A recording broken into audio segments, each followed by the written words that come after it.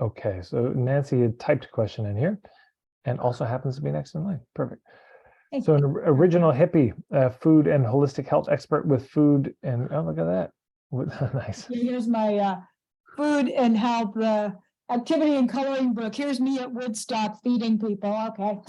Amazing, amazing. Okay, let me just read this out though. So food got whole health focus and visionary food community model, the food circle. Hey, we got the food tree, we got the food circle. Yeah, I've got the model, Ted. I've got that Okay, model. Yeah, let me just read this. Okay. In conflict over hooks and targeting, have been working with mature women on core food, gut, and health issues as building blocks for personal and planetary health. But we need the community.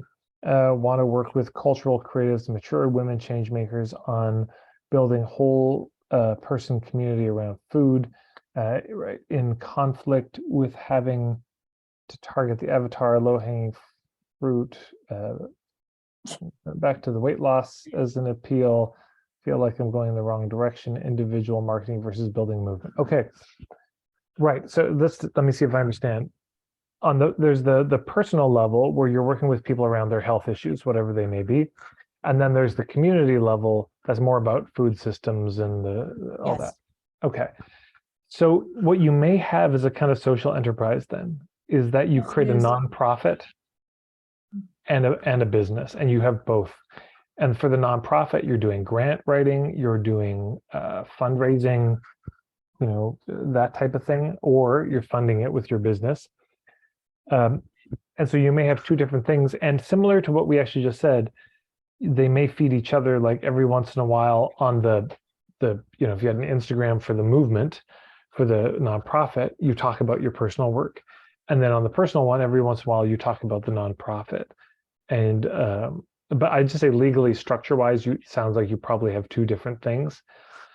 And certainly in the one-on-one work, if you're doing an intro workshop, well, you can talk about the bigger thing.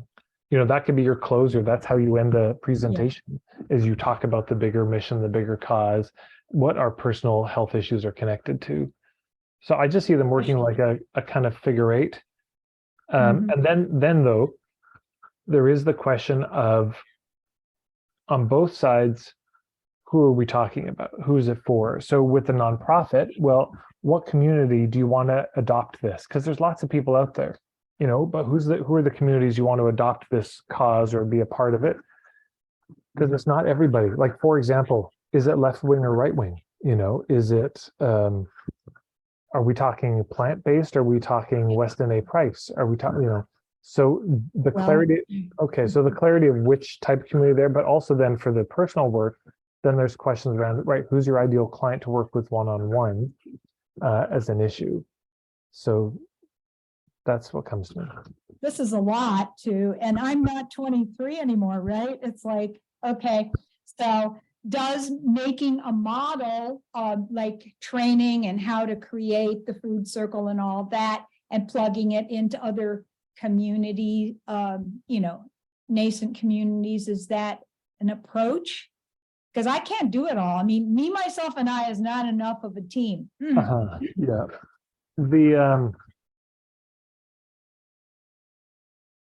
Yeah, I don't know. It's a great question. If you're going to build an organization, I mean, it's a lot to build a nonprofit organization and a business. That's a lot to do both, certainly. Do you have other people you work with already or who you're drawn to work with?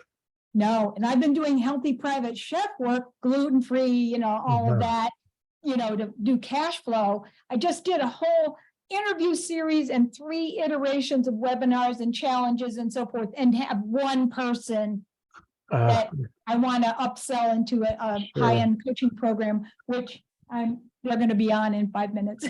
Okay. Well, okay. Yeah, if you had to ask one question, what's your question? What's the most important thing you'd like my take on?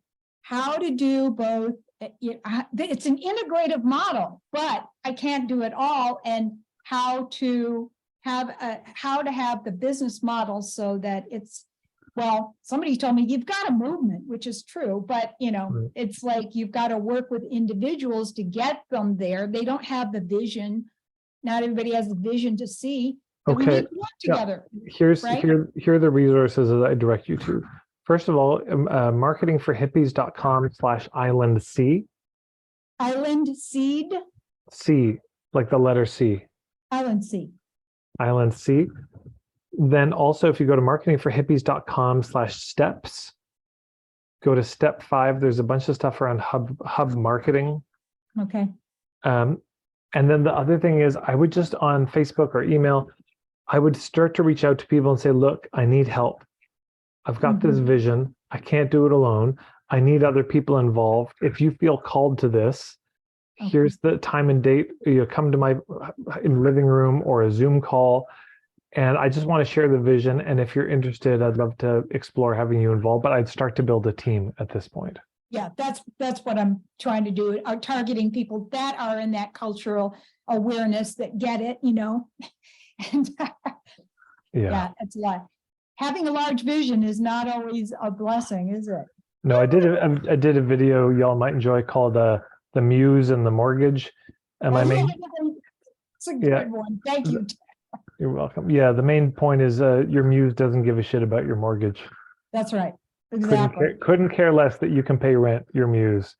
Follow what you love and the money will follow, but they don't say how long it will take. Right. It's yeah. Okay. Well, thank you so much. Bless you on your work. May it go well for you and your call in 5 minutes. Thank you.